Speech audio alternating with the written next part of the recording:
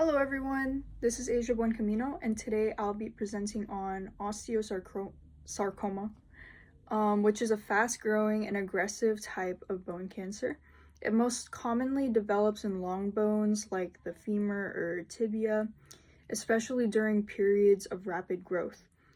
In this presentation, I'll walk through the major aspects of osteosarcoma, including its causes, who it affects, the anatomy involved, common symptoms, how it's diagnosed, treatment options, and even how artificial intelligence is being used to support cancer care.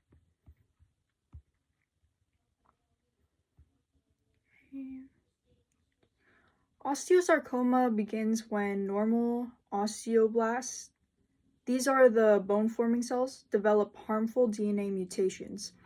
These genetic changes make the cells produce weak, abnormal bone that behaves like cancer.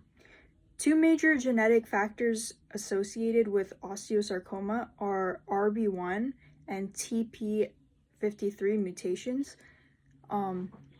Inherited genetic syndromes like Li-Fraumeni, which also greatly increase the risk. Radiation exposure is one of the few significant environment causes. Unlike many other cancers, lifestyle factors like diet and exercise have a minimum role. AI tools are now being used to scan large amounts of genetic data to identify patterns and mutations that predict higher cancer risk, improving early detection. Another important factor is rapid bone growth, especially during puberty when bones grow quickly, cells divide more often, which increases the chance for DNA errors that can become cancerous. Researchers also study inflammation and bone injuries as possible risk contributors, although evidence is still developing. These areas remain active topics of scientific research.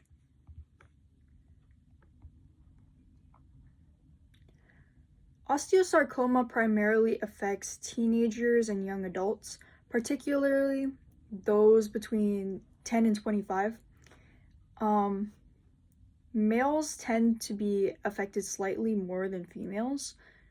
In the United States, there are roughly 1,000 new cases each year, which makes it rare but still one of the most common primary bone cancers in adolescents.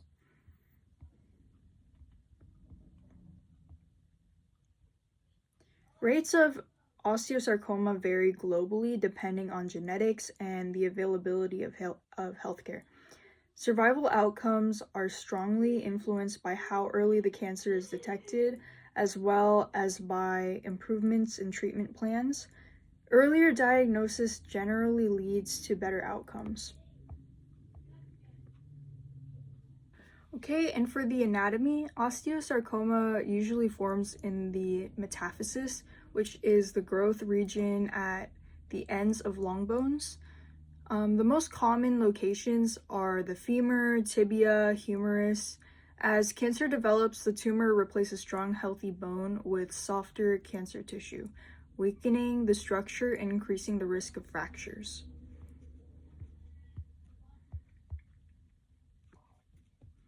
The tumor can also extend beyond the bone into nearby tissues, joints, muscles.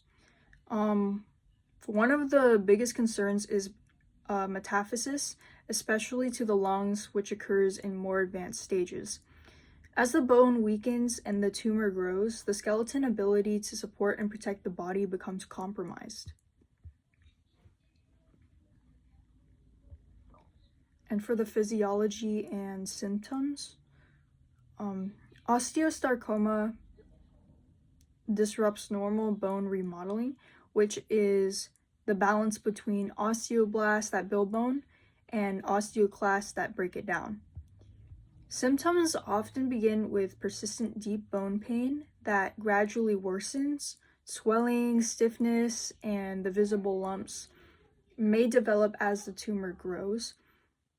Fractures can occur between the affected bone becomes fragile because the affected bone becomes fragile. If the cancer is not treated, it can spread to other parts of the body and cause long-term disability. The overall 5-year survival rate is around 60 to 70%, but this depends heavily on how early the cancer is diagnosed and whether it has spread. Okay, diagnosis and treatment. To diagnose osteosarcoma, doctors use imagining tools such as X-rays, CT scans, MRIs, and bone scans to identify abnormalities. A biopsy is required to confirm the diagnosis and determine the exact type of tumor.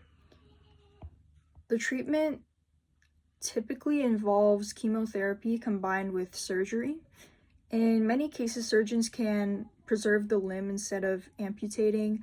These combined approaches aim to remove the tumor and destroy any remaining cancer cells. Diagnosis and treatment and AI. Chemotherapy can lead to side effects like nausea, infections, fatigue, and long-term muscle weakness. AI is increasingly used to detect tumors earlier and help doctors plan personalized treatment based on imaging and patient data. Because reoccurrence is possible, patients need ongoing monitoring even after successful treatment. And here for my last slide are all of my references. Thank you.